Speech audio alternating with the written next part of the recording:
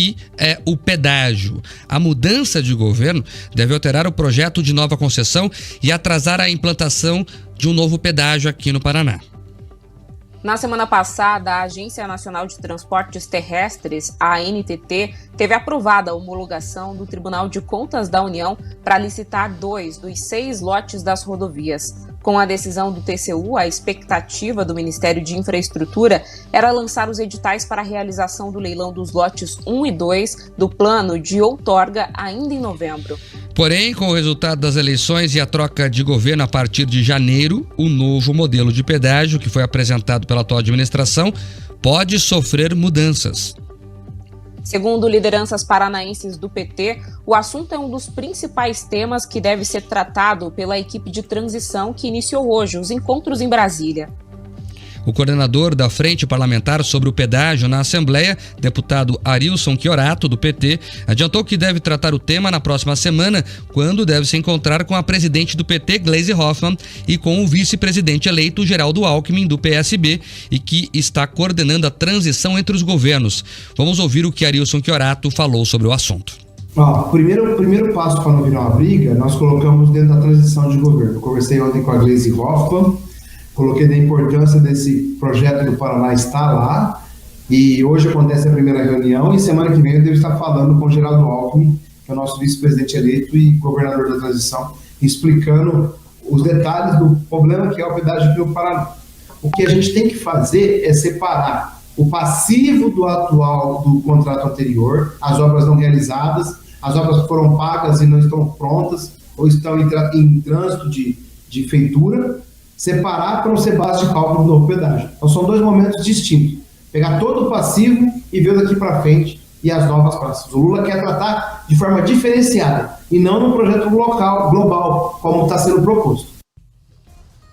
Chiorato ainda reforçou que assim que o tema do pedágio for formalizado pela equipe de transição, o governador Ratinho Júnior será comunicado das discordâncias e possíveis alterações a serem feitas no projeto.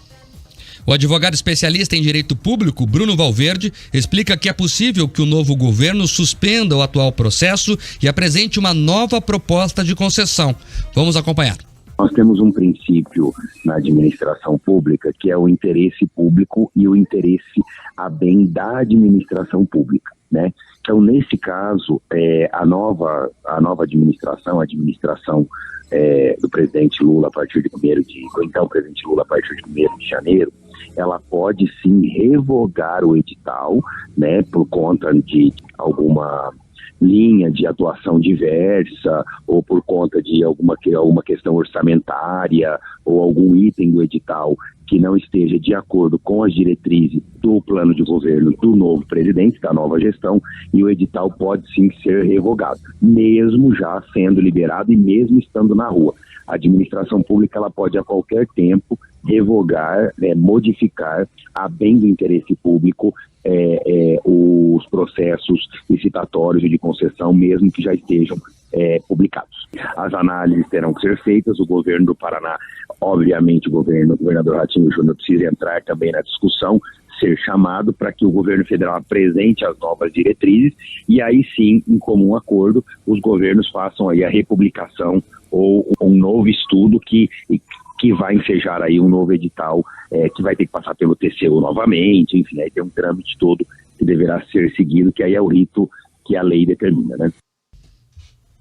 Em nota e por meio do Departamento de Estradas e Rodagens, o DER, o governo estadual informou que permanece acompanhando o desenvolvimento do novo programa de concessões rodoviárias e que a prioridade é garantir uma tarifa justa com a execução de obras necessárias. O DR reforçou ainda que a iniciativa foi discutida junto à sociedade civil e poder legislativo, com audiências públicas em todo o Paraná, finalmente chegando na modelagem atual. Vamos lá, esse tema merece muito a nossa atenção.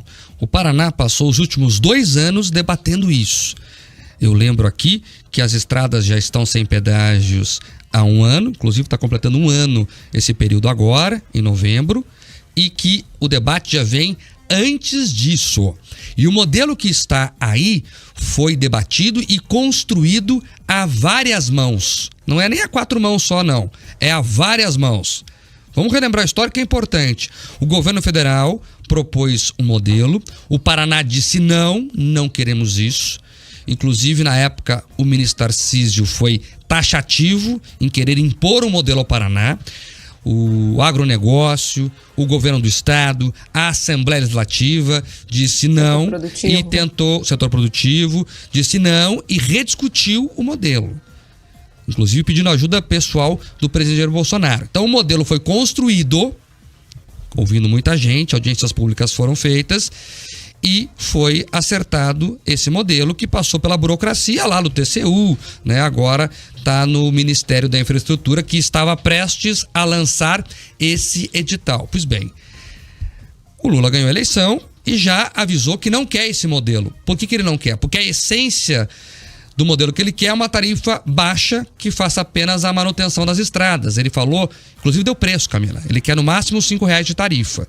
Então é um modelo que vai contemplar apenas pintar faixa, roçar o mato, tapar buraco.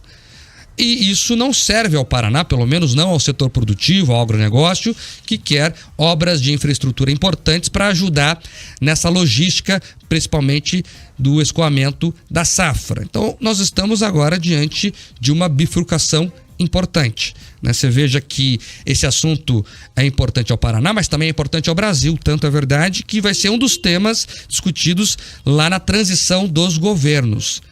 O que eu tenho para dizer para vocês? Que o Paraná não sabe o que vai acontecer.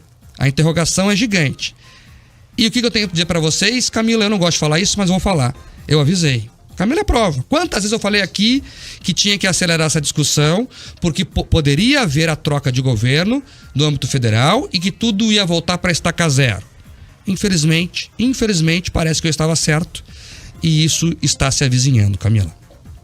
É isso, Marco, é uma discussão que já começou tarde, porque a gente já sabia que esse contrato chegaria ao fim em novembro do ano passado, e ainda assim foi só ali pouco tempo antes, né? A gente está numa discussão já de 2 anos, mas a gente sabia que ia ser uma discussão muito longa, que ia ter toda essa interferência de todos os setores econômicos do Paraná, então acabou que no final das contas isso atrasou, como já era previsto. Quando começou a discussão a gente já preveu que pudesse haver esse atraso e a gente está aí há 1 ano com essas catracas, então, liberadas, esse fluxo aí, passando por esses pontos, né, de pedágio, sem ter esse pagamento, mas também sem que a gente tenha os benefícios que são trazidos pelo pedágio, né, que é a manutenção dessas rodovias, que é a garantia de segurança para esses motoristas.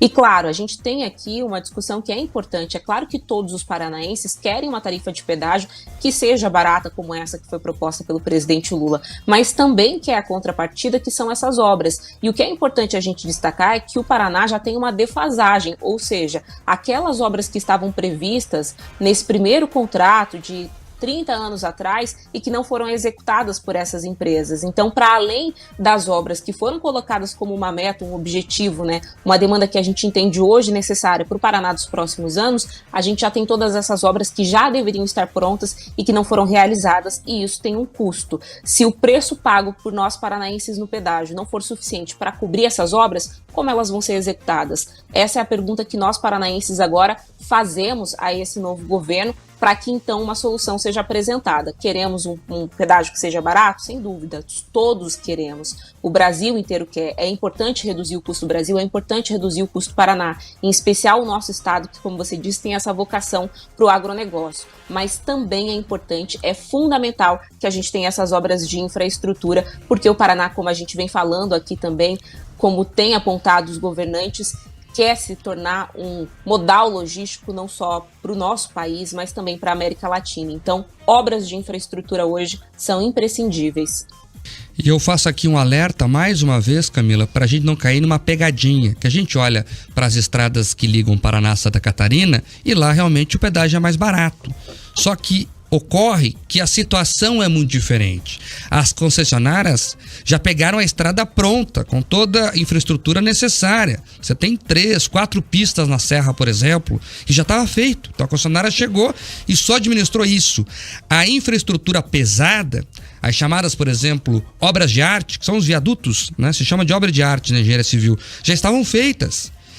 Na 277, por exemplo, entre Cascavel e Curitiba, não há nada disso, tem que fazer do zero. Então, isso tem um custo maior.